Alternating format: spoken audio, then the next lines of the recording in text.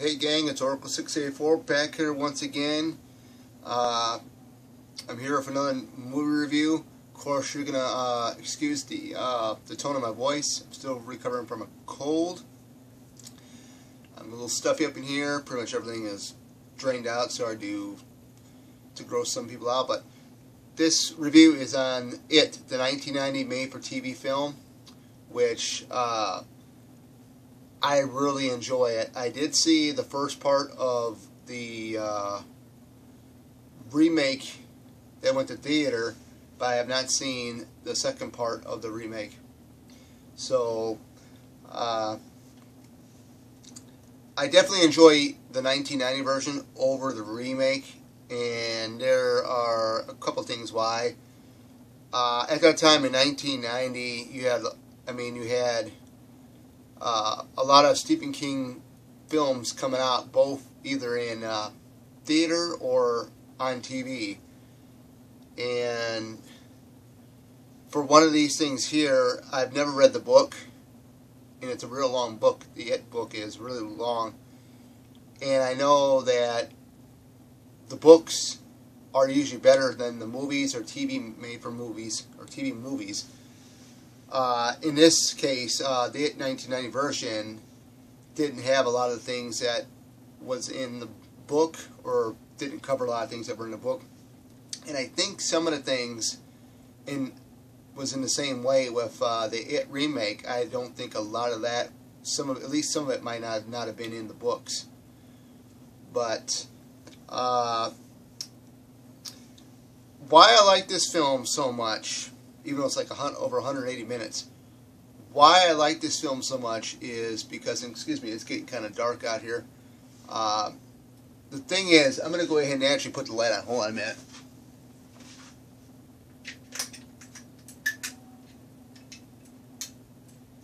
Yeah, that looks better. The thing I like about this film is the suspense, the characters, the setting, the special effects, the acting, and we're going to talk about these for just a little bit. The suspense is, at that time when I was a kid, of course I grew up partially in the 80s, mostly in the 90s. I think I was around 6 or 7 when this came out.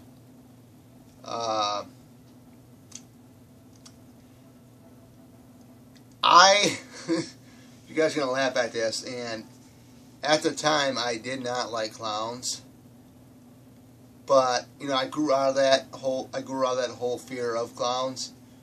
But you look back at it now, it's actually funny. But this is a creature. It is a creature. Nobody knows what it is. Otherwise, he goes by the persona Pennywise, the dancing clown, because that's what it is disguised as. The thing that really works for this film is how eerie it is. Like scenes like when they actually go down into the manhole inside that old rundown building that's out there in the Barrens. That's a pretty creepy building, by the way. Every time that Pennywise is on screen, it's very, very eerie. But I do love the wisecracking jokes that Tim Curry brought to the character. Bill Skarsgård from the first part of the remake, there was really nothing funny about him. But like I said, that's for like a different generation. Like I said, I never did like the remake, even though I saw the first half. I didn't see the second half, which is longer. Now, when you talk about music, this has got some of the most eerie, most chilling music that you could possibly even imagine. I like everything from when Pennywise makes his first appearance and attacks the little girl that was pedaling on her bike. He actually attacks her, kills her right in her own yard. that whole like circus or clown theme, that was very, very eerie. Of course, you don't know what's going to happen, and the thing is right when you meet Bill and Georgie for the first time, and it's like we're establishing our characters. The thing that was so eerie about the whole thing with Georgie with the boat, and basically Pennywise finds him. Pennywise is actually inside the sewer drain when the paper boat falls down in there. And this is the reason why. I remember when I was a youngster back then. You know, I'm still a young guy. I mean, don't get me wrong. I mean, I'm 37, but I'm still a young guy. But you know, when I was just a kid, like the actor that played Georgie, I was always told, you know, don't talk to strangers. And there's a reason for that, because there's a lot of, you know, weirdos out there like to abduct kids and stuff like that. In this case, Georgie gets murdered, and of course they don't show what he does, but I did hear from a friend of mine that has, I think, read the book. I think he had mentioned he read it all the way through, and he had told me, and you do see it in the remake, but you do see that in this version of it, 1990, that Georgie is missing an arm in like the mind games that Pennywise plays with the Lucky 7 group. It just, I don't watch it enough, but like I said, I like the nostalgia that this brings, because you can tell it's set in, the storyline is set in the 1950s, I believe, or 60s. I believe it's in the 60s, I believe. If I'm wrong, then please correct me. It's just, the music is there for a reason. That's why they put music in films. But for this film, there is something about the music that I love. The score.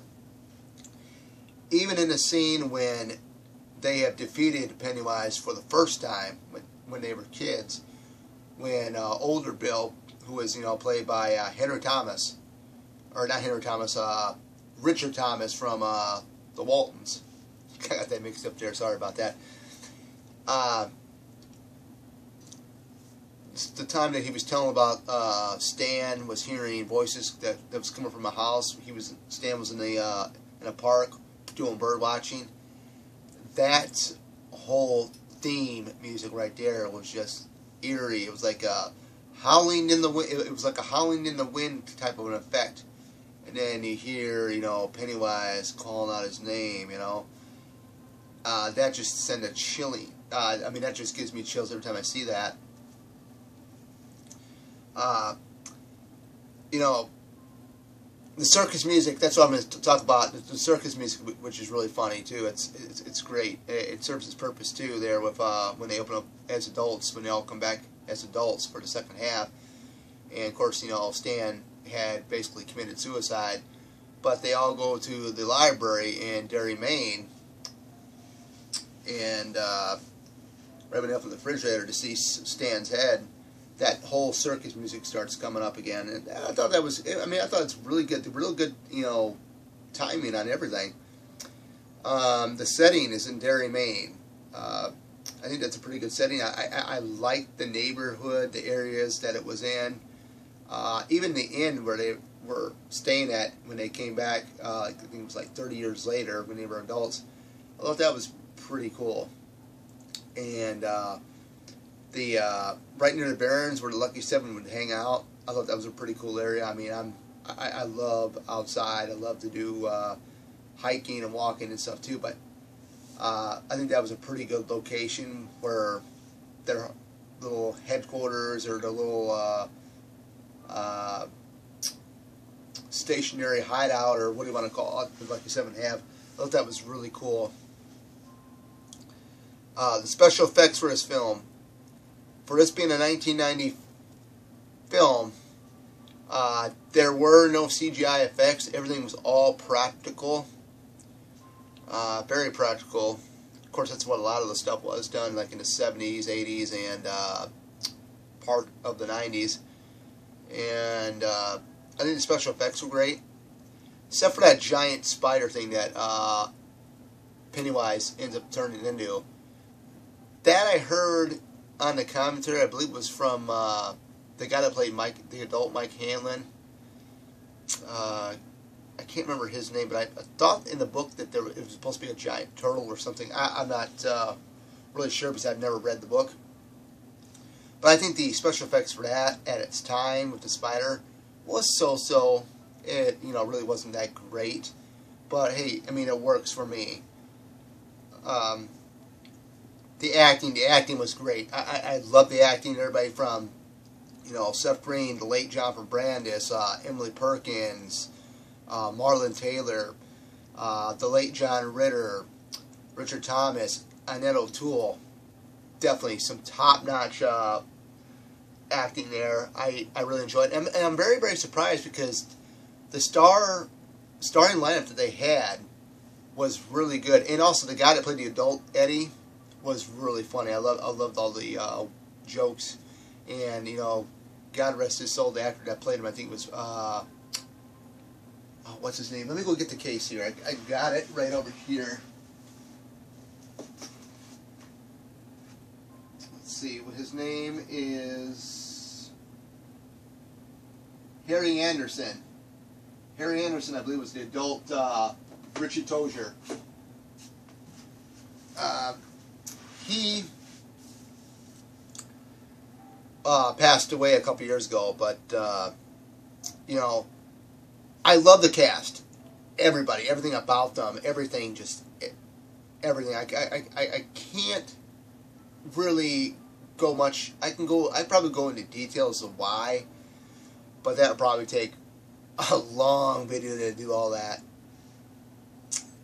The thing is, my favorite character. The thing is, my favorite characters in the film are Bill, Beverly, Mike, Ben Haystack, Hanscom. I love those characters. Those are the ones I think I can really relate to the most. Of course, you know, Mike was pretty much an outsider at the school because he was, you know, I mean, at this time there was, you know, racism. The Henry Bowers character would pick on him and just be so mean to him. You know, there was a point in the film, there was a point in the movie where he was going to take a cherry firecracker and put it in his pants or something, and it just, you can tell, you know, because back in those days it was just a lot of racism. And I guess the actor that played the young Henry Bowers felt really, really bad, you know, for just doing what he did to Mike. But, you know, you're never ever going to get away from racism. It's here. You can't get away from it. It's here in the present time as well. But the key thing is always to go ahead. The key thing is not everybody's like that. So you got good people out there in the world. And of course Mike ends up, you know, meeting the Lucky Seven, and I think it was Bill that brought up the idea, you want in? Yeah. And that's how they became the Lucky Seven. So if I had to rate this film, even though it's a made-for-TV movie, I would rate it from 1 being the worst, 5 being the best. I would have to rate it a 5, because you don't need all the gore. You don't need all that. You just envision it in your mind up here. Even though I do know what happens. You know, the whole arm ripping thing and stuff, like what I was told from a friend of mine who had actually read the entire book. But yeah, it's you don't need a lot of blood. Sometimes you don't need. The jump scares is what's good, and the eerie music is what's good. So I mean, that is it. I mean, that's it. 1990, guys. Just a little brief review here for the film, and I hope you guys enjoyed. This is Oracle 684 signing out. Take care.